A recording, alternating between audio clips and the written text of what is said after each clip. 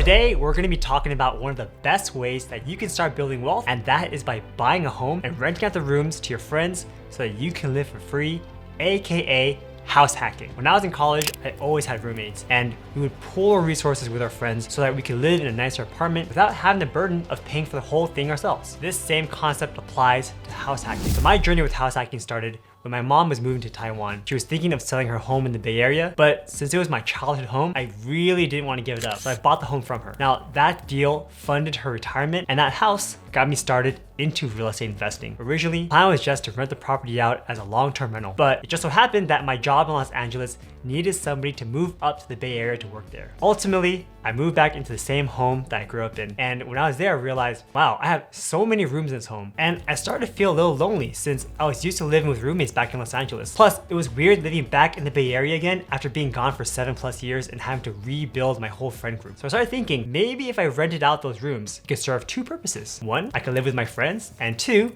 I might be able to make some extra money on the side. So I made a Facebook post asking if any one of my friends was moving to the Bay Area and if they needed a place to stay. Eventually, a friend from college reached out to me, and he was in the exact same situation where he was working in Los Angeles, but he wanted to move up to the Bay Area for better job prospects. And I ended up renting out a room to him for just $600 a month. The total cost for owning this property was around $2,200 a month for the mortgage, the insurance, and the property taxes. You know, $600 a month wasn't really that much money, but it was still extra money that it was nice to have. And since I had a new roommate, he also started paying for half of the utilities. Now, on the flip side, if I just rented out an apartment myself, I would have been paying that same $2,200 a month that would go directly to a landlord. So by owning a house, I was able to build up equity and get some rent along the way. And this deal was obviously great for my friend too, since I could have easily rented out the room for over $1,000 a month. Now, after a few months, another friend of mine needed a place to stay, and I offered him my second room for another $600 a month. So now I had two friends living with me, and we had a blast living together. We would go out all the time, and we would host events in our house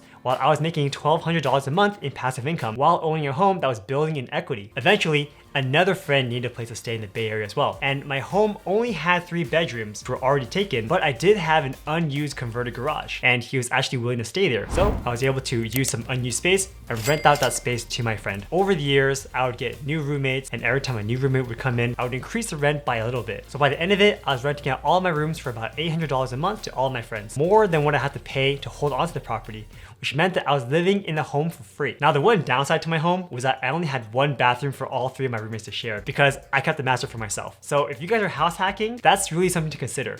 You want to try to have as many bathrooms in your home as possible. So by house hacking, I was able to live in a high cost of area neighborhood for free while still retaining my high Bay Area salary. It gave me so much freedom and potential because instead of working and putting all of my income and resources into paying rent or putting it all towards a fat mortgage, I was able to save and invest more. The beauty of house hacking is that it's actually easier than renting out a whole property out to a long-term tenant, because when you rent out your property to tenants who are complete strangers, they typically won't really care for the property. But if you're living there and you rent out the rooms to friends or acquaintances, then they'll generally keep the property in good condition. House hacking is also great because you can actually make more money by renting out a home room by room instead of renting out the whole place by itself. But on the other hand, renting out the home room by room is actually a really good deal for tenants because instead of having to pay over $2,000 a month for their own apartment, they can just rent a room from you for under $1,000 and get most of the benefits of living in a home. So if you're thinking of house hacking, here are some of my best tips. I recommend renting out your rooms to close friends or close acquaintances instead of strangers over the internet. Having your close friends living with you would generally mean that they won't mess up your home, and if you see something that's going wrong, you can stop it immediately. A good way to advertise your extra rooms is by making posts on Facebook or Instagram. Another tip is to think of your exit strategy. Most people only house hack at the beginning of their real estate investing career,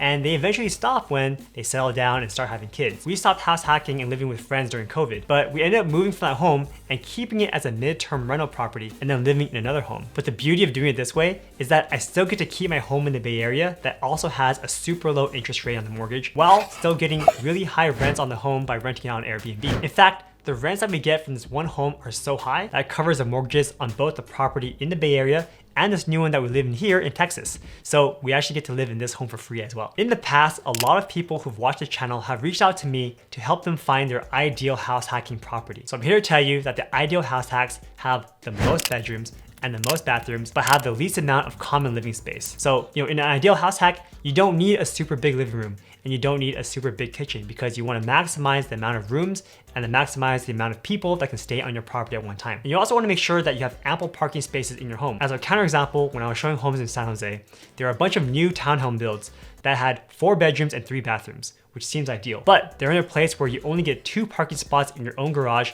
and no street parking available. So that's not ideal for a house hack because if all of your friends have their own jobs and they have their own cars, then even if you have 4 rooms, there's not gonna be enough space for them to park their cars. So it's not great. My house in the Bay Area was great because I had 2 parking spots in the front and we had all the free parking across the street. So we never had any problems with tenants parking on the property or guests coming to our home. Now, another feature that ideal house hack should have is that it's in a place that's close to some high paying jobs, but the price of the property itself is relatively affordable.